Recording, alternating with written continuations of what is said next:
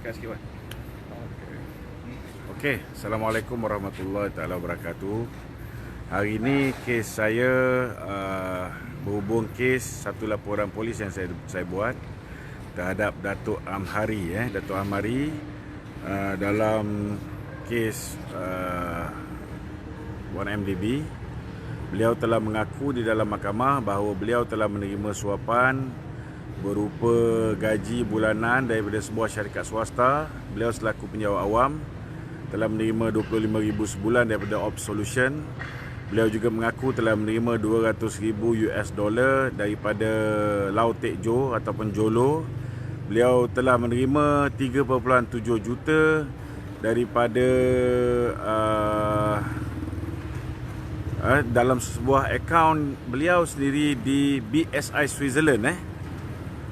Suapan-suapan ini dia mengaku dalam mahkamah ketika perbicaraan kes 1MDB Datuk Seri Najib yang melibatkan Datuk Seri Najib. Dan saya telah membuat laporan polis meminta pihak polis menyiasat salah laku beliau. Tapi malangnya saya telah didakwa di mahkamah mahu dipenjarakan oleh rejim Mahathir di bawah Peguam Negara Tommy Thomas, dan sekarang ini diteruskan oleh Peguam Negara baru iaitu Idrus Harun. Mahkamah hari ini memutuskan bahawa pada 26 hari bulan ini, 26 hari bulan Oktober, kes saya ini akan didengari di Mahkamah November. 26 hari bulan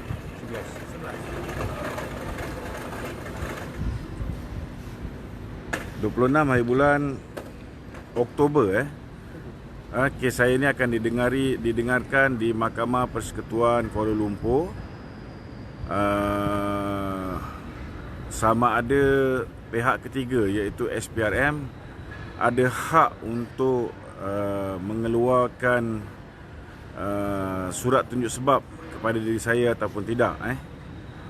Untuk kes perbicaraan contempt of court yang pihak Peguam Negara cuba nak penjarakan saya ini, kes ini akan didengarkan pada 14 hari bulan November. Kes yang 26 ni pukul 9 pagi, 26 hari bulan November pukul 9 pagi. Manakala kes yang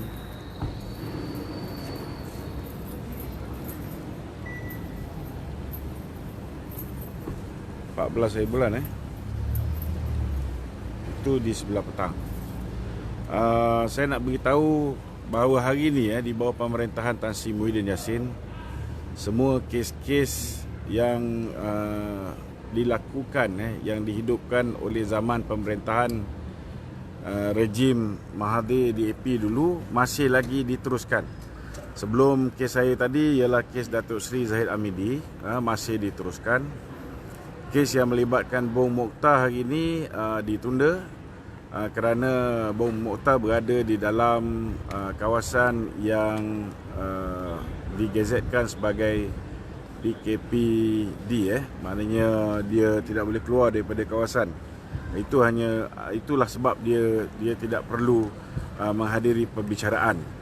Jadi saya mengharapkan supaya Baginda Yang Maha Mulia Seri Paduka Baginda Tuan Agong Tuanku yang akan menerima Datuk Seri Anwar Ibrahim menghadap esok, walaupun kita pun tak mahu Anwar menjadi Perdana Menteri, tapi kita mengharapkan pada hari esok dan dalam masa terdekat ke bawah Duli Tuanku akan menyegerakan proses untuk mengesahkan bahawa kerajaan Muhyiddin ini telah tumbang. Saya harap agar Tuanku tidaklah mengambil masa terlalu lama untuk mengetahui, maknanya kalau boleh biarlah disegerakan proses untuk mengesahkan bahawa dakwaan Anwar itu betul ataupun tidak. Kerana kami rakyat Malaysia khususnya sudah tak tahan lagi dengan penganiayaan demi penganiayaan yang dilakukan oleh rejim Mahathir yang hari ini boneka dia iaitu Muhyiddin Yassin menjadi Perdana Menteri. Dalam masa yang sama juga ada beberapa kes hari ini yang jelas telah terbukti. Contohnya baru-baru ni di dalam pilihan raya negeri Sabah, kita lihat bagaimana bekas Ketua Hakim Negara Tan Sri Richard Malanjun. Saya dah sebut banyak kali dah. Antara sebab kita membantah Tan Sri Richard Malanjun ni bukan hanya kerana beliau adalah manusia yang telah menyokong supaya Lina Joy dibenarkan murtad. Bukan hanya beliau adalah manusia yang telah memutuskan supaya 3 orang anak Indira Gandhi dibenarkan untuk selamanya. Tetapi kita yakin bahawa Tan Sri Richard Malanjun mempunyai hubungan rapat dengan Tun Dr. Mahathir, dan apa yang kami cakap dulu telah ternyata jelas terbukti kebenarannya hari ini. Kita lihat apabila kes Datuk Seri Najib didakwa, hakim yang dilantik ketika itu ialah Hakim Sophian. Hakim Sophian telah dilantik, tetapi sebaik saja Tan Sri Richard Malanjun diangkat menjadi Ketua Hakim Negara, Tan Sri Richard Malanjun telah pun menukar hakim kes Datuk Seri Najib. Dia ambil seorang hakim daripada mahkamah komersial, mahkamah komersial yang tidak ada langsung pengalaman dalam aspek jenayah, di mahkamah jenayah, kes jenayah tak ada langsung pengalaman, dan hakim ini mengadili kes yang berprofil tinggi, kes Datuk Seri Najib, yang sepatutnya diberikan kepada hakim senior.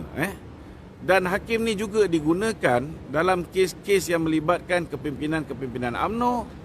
Dan kita juga tahu bahawa bila nak melepaskan LTTE, hakim ini ditugaskan untuk menjadi hakim kepada kes LTTE. Dan kita tahu bahawa penjenayah ataupun pengganas LTTE telah pun dibebaskan oleh hakim ini. Ini bukan satu benda yang kita anggap sebagai koinsiden. Kita rakyat Malaysia bukan bodoh. Kita boleh menilai bagaimana kes yang melibatkan Datuk Seri Najib yang terang-terang nyata the main culprit, orang yang sepatutnya dipanggil sebagai saksi utama, iaitu Nik Faisal, manusia yang menjadi pemegang amanah kepada akaun Datuk Seri Najib, akaun amanah Datuk Seri Najib. Dia juga merupakan pengurusi ataupun CEO kepada SRC International. Dia yang masukkan duit dalam akaun Datuk Seri Najib, dia yang menjaga akaun tu. Dia langsung tak dipanggil, tak diberikan keterangan. Jolo yang mengarahkan pun tak diberikan, tidak diambil keterangan. Tiba-tiba bagaimana Datuk Seri Najib boleh didakwa? Bukan setakat boleh didakwa, boleh dijatuhkan hukuman sampai 12 tahun penjara dan boleh kena 210 juta denda, tuan-tuan.